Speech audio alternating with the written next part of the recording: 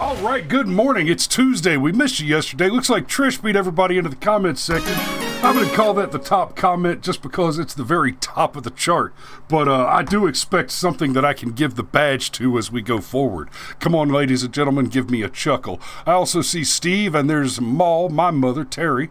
Good morning, Maul. Love you. Thanks for joining us. We missed you yesterday. Biscuits and gravy. Greetings, Patriot. Greetings indeed.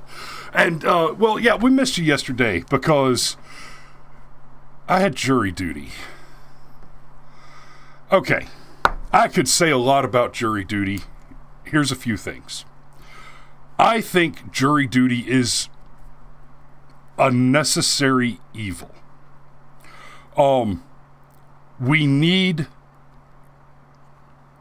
It's hard to think of a better system than the one we have, but the system that we have currently is insufficient. Here's the problem. The Constitution guarantees you the right to a trial by a jury of your peers. The problem with that is that you are being guaranteed a right which requires the participation of other people, and because it is required by the law, it means that participation is involuntary. That's a problem. Now, again, I don't know what a better system is yet. And so I don't want to go too far down the rabbit hole on it, but I think it's a system that merits some consideration. For example, yesterday, I had to report to the courthouse involuntarily under penalty of death, under threat of death, because I've seen what happens. I missed a jury summons once. Now, and they swore out a warrant for my arrest. Now, when I missed the jury summons that one time, it's because they sent it to my home address, a home address that I hadn't lived in 4 years, in Georgia, and I was stationed by the U.S. Army in Hawaii at the time. So it was, they made a mistake sending a jury summons to me to begin with, and it got sorted out pretty quick and easy. Although the Army had a bit of a shit fit when the phone call came from the Rockdale County Sheriff's Department, and they just say, "Hey, we've got a warrant for Christopher Lowry's arrest." And my command, and that's all they said. They didn't say what the charges were or anything. They just said, "There's a warrant here for Christopher Lowry's arrest." And my command team came and got me. They're like, "All right, Lowry, you need to tell us what's going on." I'm like, "What? Dude, I have no idea. I haven't been in Rockdale County in 3 years, 4 years, whatever. Nope." Sorted out quick. But when you report for jury duty, here's the thing. You're there involuntarily. If a warrant can be sworn out for your arrest, that means that you are complying under threat of death. Period. Anytime, there are no circumstances in which there is a law which is enforceable not up to and including death. If there is a law and that law can be enforced by law enforcement, then the penalty is up to and including death. Period. Right?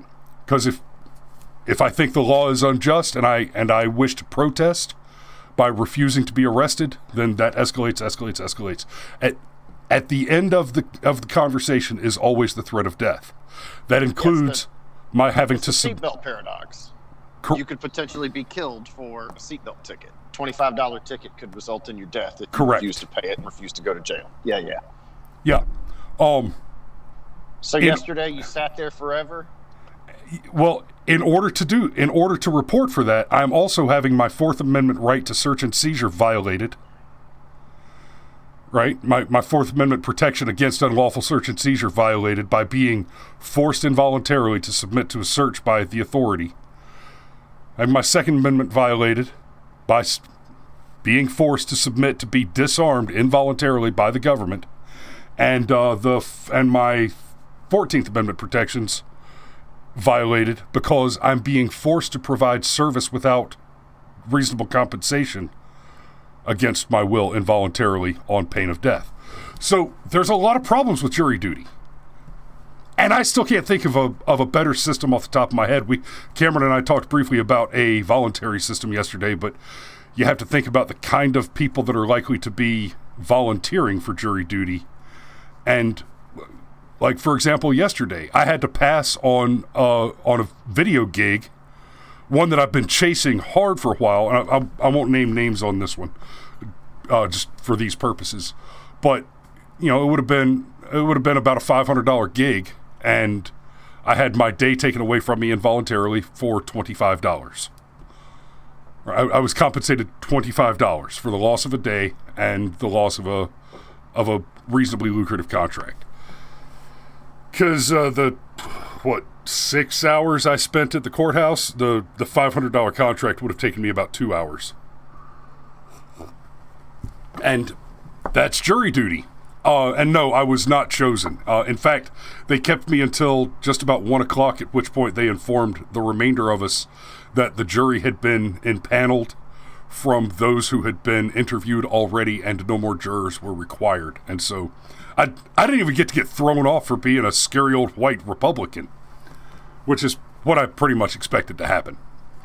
So that's why we missed you yesterday. Speaking of justice systems and the court, Florida man involved in Capitol. Fox used the word riot. Fox is not your friend. The use of the word riot to describe the January 6th event is not incorrect. It's not incorrect. Riot, insurrection, these words are not mistakes. These are deliberate falsehoods. The word riot in this context is a lie. Out and out lie. But one Florida man involved in Capitol, and the conviction of this man is evidence to my claim that the use of the word riot or insurrection is a lie. Because guess what, ladies and gentlemen? Rioting is a crime. Right? When a bunch of rioters get arrested and charged with the crime, it's not a bunch of crimes that made up the riot. Now, it's likely that many of them will be charged with ancillary crimes related to the activity as well, but the crime is rioting. Same thing with insurrection. An insurrection is a crime. But this man was charged with obstructing an official proceeding. And in fact, he pled guilty. Now, in fairness to the system, this man pled guilty to what's the exact charge? Who pled guilty to one count of obstructing an official proceeding. Not rioting, not insurrection, not destruction of property, not destruction of property, not even trespassing. Not assault, not nothing. Obstructing an official proceeding, for which he's been sentenced to 8 months and some amount, I forget what the amount of fine was. $2,000. Say again? $2,000. $2,000. Okay. Steve asks, is that even a real statute? You know, Steve, I'm glad you asked. Cameron, what were we just talking about with regard to the question of obstruction? Well, there's two pieces to it. The first is, for there to be obstruction, you actually have to be obstructing a thing. And that sounds like it should be perfectly obvious, but it's not entirely obvious in this case in and of itself. When you obstruct a police officer from doing their job, you're obstructing a criminal investigation. You're obstructing justice. You yourself don't even have to commit the crime. Like if Chris commits a crime and I trip a cop while the cop is chasing Chris down, I haven't committed the original crime, but I have committed a crime in tripping the cop so that Chris has an extra 30 seconds to bolt to get away from the cop. Now, in fairness, in that case, there is an underlying crime. Yes. Because Chris committed the crime. Right, which is the subject of an investigation, which justifies the existence of the investigation or the police activity for which you have now engaged in the obstruction. But this is a little different than that. I think you were about to get there, so I'll let you go. I'll let you go with that from here, because I wanted to make sure we hit that before you get on to the question of the official proceeding. So, but here's the problem with this situation, is that it's the whole interrupting an official or obstructing an official proceeding, because I can really see both sides of this. On the one hand, we have to really question, based on the fact that the whole insurrection narrative is a lie, that the whole riot narrative is a lie. Well, okay, at what point do we say maybe even the obstruction narrative was a lie? But at the same time, we don't want to open the door to allow the left to obstruct official proceedings without penalty. I mean, we've already got Texas Democrats hiding in Washington, D.C. because they're trying to literally obstruct an official proceeding. And so we've already got the two-tier system at play with rules for thee, but not for me. Right, and real quick, Cameron, that's the problem with your original argument, that we don't want to open the door to leave the left a chance to abuse this. Real quick, I see Alex Bleeping Jones, Military Mike, and Anarchy have all joined us, and I see Highland Huskies there too, and Bubbles is with us. Good morning, y'all. Thanks for tuning in. But as far as the question of opening the door on the obstructing of an official proceeding versus the question of whether or not we're looking at a two-tier system, do you remember how many people were charged for obstructing an official proceeding when left-wing protesters smashed through the doors of the Supreme Court, or of the Senate, to protest the nomination of Brett Kavanaugh? There were no charges filed. That's bullshit, okay? But the important thing, okay, and this is why the theater of it is important, but the important thing is Kavanaugh's hearing kept going, even though there were protests literally dozens of feet away from the actual hearing. It never stopped. The Senate did stop the certification process once the protesters got inside the building. Now, that's an interesting point. That's an interesting point to be made there, though, because now what you're pointing out is that the participants of the official proceeding chose to end the proceeding and did not have to. They could have chosen to continue the proceeding, and they chose not to continue.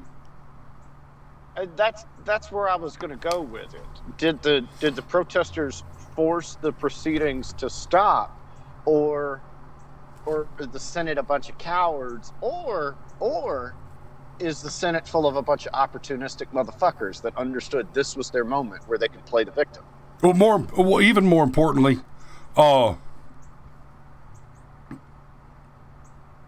let's say you have a vote on a controversial bill that is filed by a Democrat, and a Republican, not even a particularly controversial Republican, just any Republican, votes against it, or even introduces a rider to it, and the speaker decides to suspend the session, saying, "I feel threatened."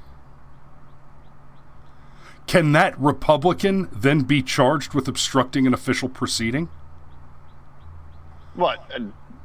Because I guarantee you, a Democrat who doesn't know a damn thing, that just keeps shouting over and over again, "Reclaiming my time, reclaiming my time, reclaiming my time," while clearly obstructing the official proceeding by removing the ability of the witness to answer, I guarantee you that she's never going to be charged for that.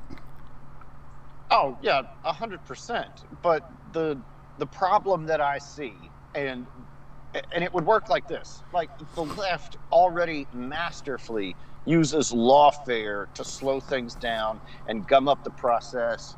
How much justice can a man get? Well, how much can he afford? As much as he can afford. Well, exactly. What's to say now that a filibuster doesn't qualify as obstructing an official proceeding? Well, because it doesn't. That's not what I mean. I'm not talking about what the Senate would do or what the Congress would do. I'm talking about what say, community organizers. Back when Obama was an Acorn guy. What if he knew that he could march several dozen people of color down to some controversial thing and claim some kind of racial prejudice, slow down the whole process?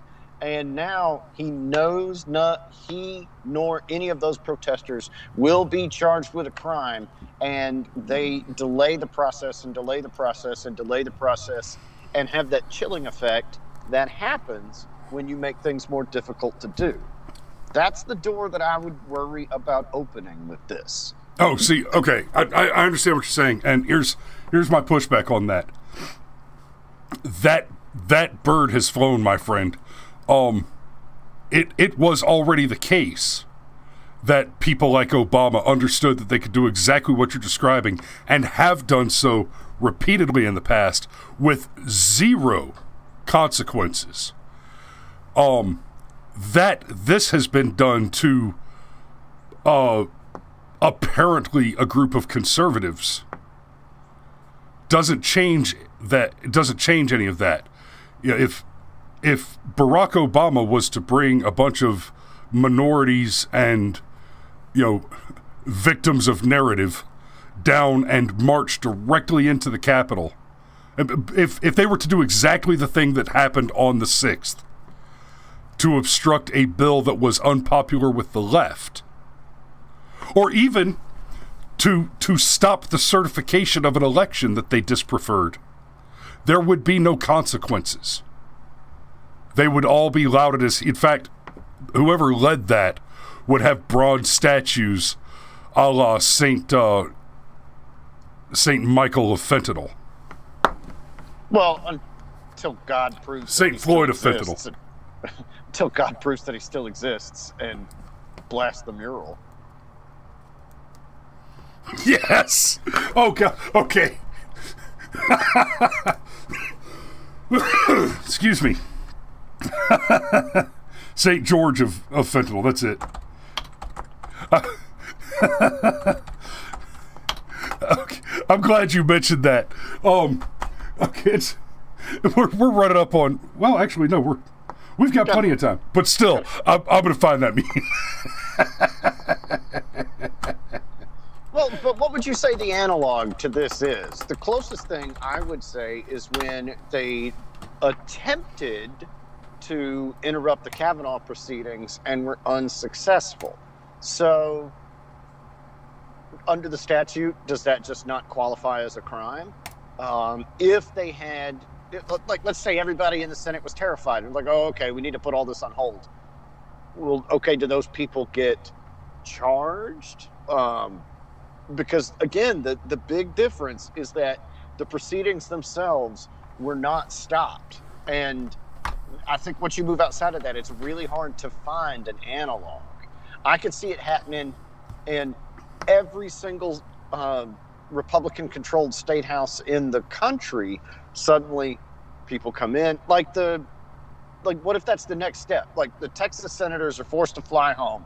And once they get there, they know they've got dozens and dozens and dozens of protesters that are going to gum up the works.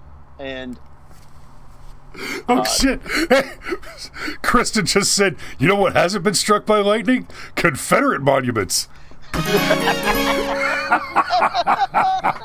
And there's the top comment badge.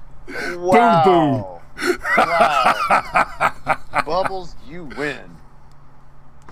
And Steve says the problem, Red, is that the road to Washington always corrupts. No one gets into office with clean hands. Okay, I'm going to go to Jordan Peterson for just a second. Peterson points out that what makes a democracy work is not that the people are competent and can be trusted. I'm paraphrasing a lot here, but probably more correct to say summarizing. It's not that the people can be trusted to choose competent public servants to serve in Washington, to serve in any level of government. What makes the system of democracy good, what makes it effective and better than the other systems available where your people in power stay there eternally, is that in theory, and this is basically the best that you can hope for from the system, is that the incompetent, corrupt people who work in government, which all of them must be considered to be, given the evidence available, the incompetent, corrupt people who work in government are prevented by the vote removing them from becoming entrenched and effectively incompetent, corrupt people. If you can rapidly replace the incompetent, corrupt people with incompetent, corrupt people who are less well connected, then their incompetence and corruption, the damage of it, can be mitigated by simply shrinking its breadth of influence. And that is the best you can hope for from a government writ large. Always vote against the incumbent. I want to live by that rule, always vote against the incumbent.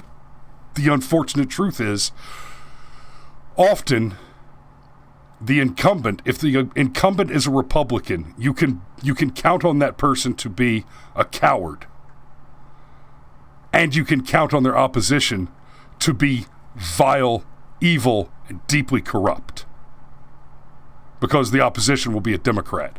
Now, if you can replace the coward with a different coward in the primary, awesome.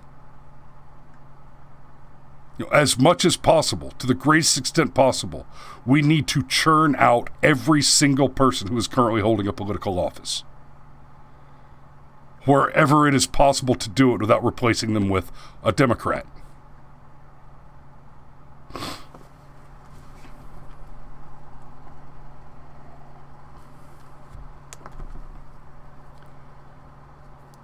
Anarchy says, I believe that we the people can govern ourselves. We don't need a government. If you do not think that we can govern ourselves, what makes you think that a select few can govern millions? Anarchy, I'm going to ask you personally a direct question, and I hope you answer it in the affirmative. Actually, I'm not sure if I hope you answer it in the affirmative. Have you ever read The Moon is a Harsh Mistress by Robert A. Heinlein? If you haven't, I highly encourage it. It's been a while since I've read it, so I don't remember anybody's name except for Michael and Miguel. But I think it's Miguel O'Brien. He has a Mexican first name and an Irish last name, and that's an important point about. Anyway, there's a professor in there who describes himself as a rational anarchist, and he basically says you can't trust people. People can't be trusted to lead one another. And so we do not need a government. But we still need a government because you just can't trust the sons of bitches to leave each other alone. So, I think what the Trump administration proved is it might not be the elected officials at all.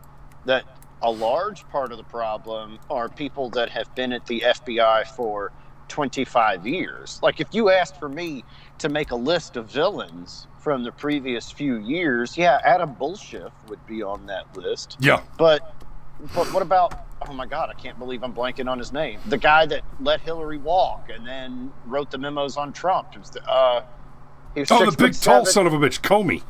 That's right, James Comey.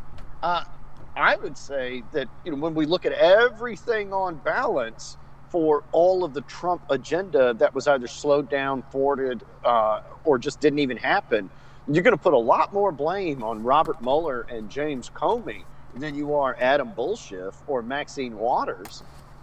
Like, they were the ones that actually had the power to slow him down. And yeah, sure, Adam Schiff and Maxine Waters do as well, but they're actually acting within the original scope, the original intent, rather, of the scope of their power. The opposition party is supposed to oppose.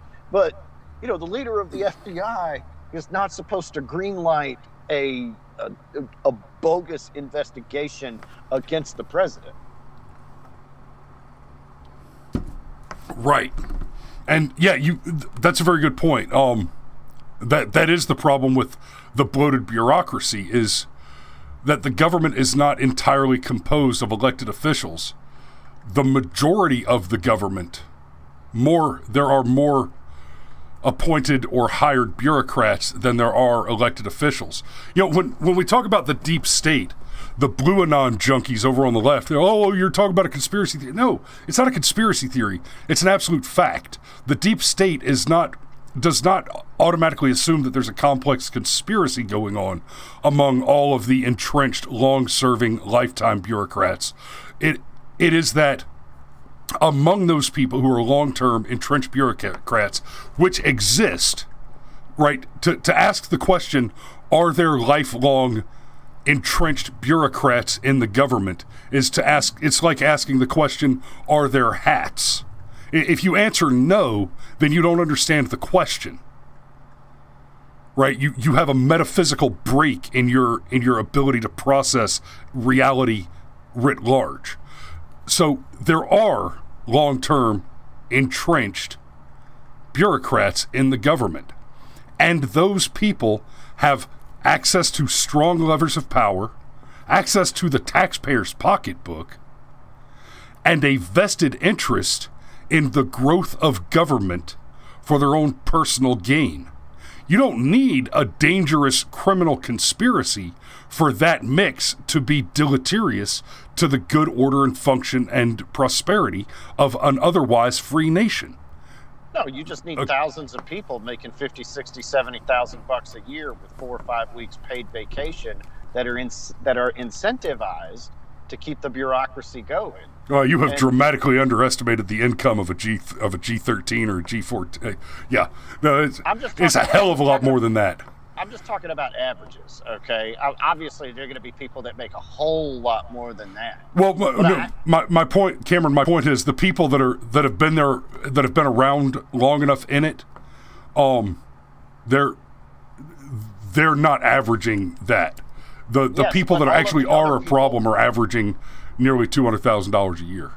Yes, but all of the people that want to make $200,000 a year are also so incentivized because one day they'll be the guy that's been there for 25 years, and then they get $200,000. Okay, fair enough.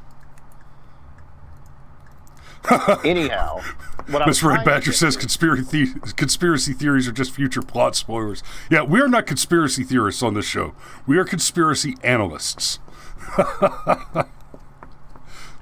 So, but anyhow, what I was getting at was, I think one reason why the work is being done to make an example of this Florida man, and they are going to arrest and tar and feather and everything else they can with all these people that happened that participated in the protest, is I think it did scare the absolute shit out of them. I think, yeah, sure, the elected politicians may have been afraid. I'm still not real sure I believe that. I think it was probably a lot of kabuki theater. But no, I think the people that got frightened, and maybe the reason why the Capitol Police just said, you know what, we're just going to let people in. Because they looked around and they did the math. And they said, we can't stop them. Might as well go ahead and let them in. And maybe that is the thing that scared the hell out of everybody. Like, if you heard the way judges talk about this, the way that they can't believe, like the judges in D.C., they're all just, I can't believe this happened. This is a threat to our democracy and our system. And oh no. I think all these people are going to get leaned on, and they're going to get leaned on hard because it's the unelected officials that actually pissed their pants on January 6th. Yes. Well, they're afraid the welfare check's going to get cut off. But, look at that. We are out of time. We are indeed. All right, ladies and gentlemen, thanks for joining us. We will see you tomorrow. Yes, we will see you tomorrow, and I think we're doing a special show tomorrow evening. We'll get you more details on that in the morning. Y'all be safe out there. Thanks for watching.